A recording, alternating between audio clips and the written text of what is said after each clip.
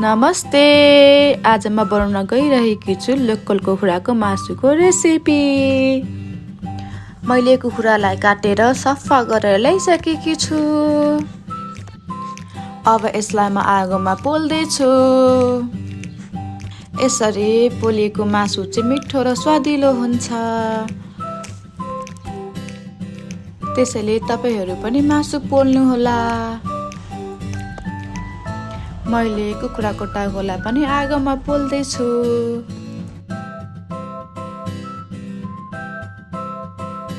ल हेर्नुस् त, अघि पोलेको मासु यस्तो देखियो। अब अघि पोलेर राखेको मासुलाई सानो पिस बनाउनतिर लागे।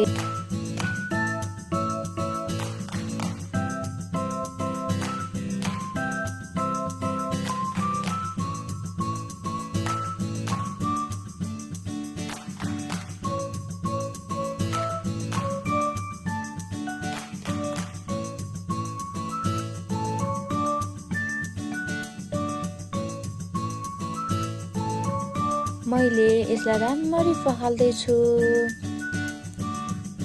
ल हेर्नुस् त साथीहरु, मैले मासुलाई पखालेर ल्याइसकेको छु। अब यसलाई मैले सानो पिस पार्ने छु।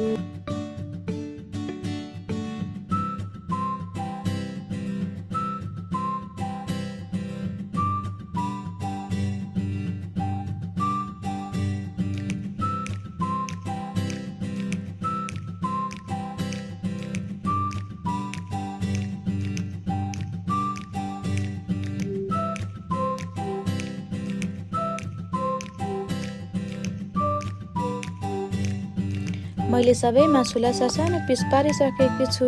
हेर्नुस् त साथीहरु, मैले मासुको लागि चाहिने टमाटर, प्याज, लसुन, तेजपात, तेल, मसला रेडी पारिसकेको छु। मसलामा चाहिँ मैले जिरा, धनिया, लसुन, अदुवा हालेर पिसेकी छु। मैले ग्यास अन गरे, त्यसमाथि कराई राखे। कराई तातिसकेपछि मैले तेल हाले, त्यसपछि मेथी हाले, त्यसपछि तेजपात हाले, त्यसपछि प्याज हाले।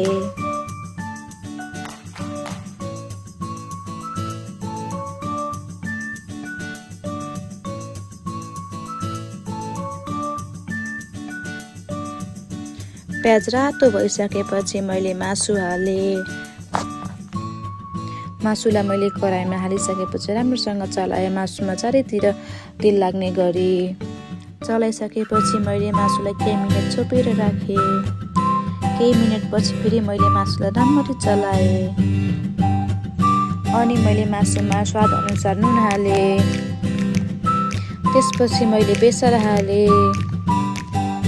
नुन र बेसार हालिसकेपछि मैले मासुलाई राम्ररी चलाएँ।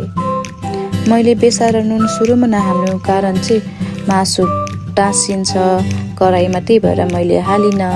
हजुरहरूले सुरुमा हाल्न सक्नुहुनेछ, मैले चाहिँ नहालेको सुरुमा। अनि मैले मासुलाई छोपेँ। त्यसपछि मैले मासुमा सिङसँग लसुन हालेँ। मलाई चाहिँ लोकल कुखुराको मासुमा सिङसँग लसुन हालेको मनपर्ने हुनाले मैले चाहिँ हालेँ। हजुरहरूले पनि हाल्न सक्नुहुनेछ। त्यसपछि मासुमा मैले पिसेको मसला हालेँ अनि टमाटर पनि हालेँ। मसला हालिसकेपछि मैले मजाले भुटेँ। हजुरहरूले पनि मजाले भुट्नु होला।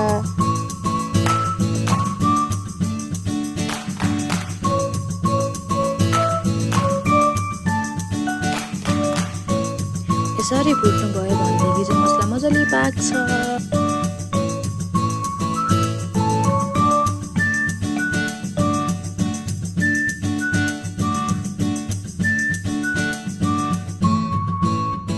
त्यसपछि मैले मासुलाई केही मिनट छोपेर पकाएँ।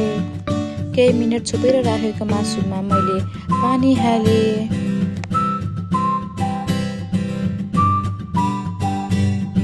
पानी हालिसकेपछि फेरि मैले मजाले चलाएँ मासुलाई।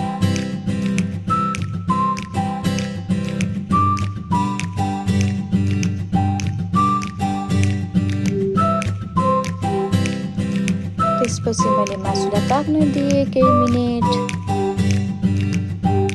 हेर्नुहोस् त साथीहरू, केही मिनेटपछि मासु यस्तो भएको छ।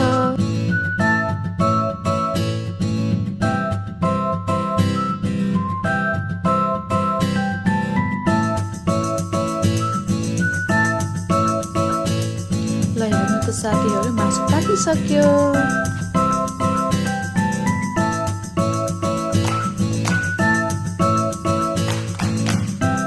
मासु यस्तो भएको छ साथीहरू, हेर्नु।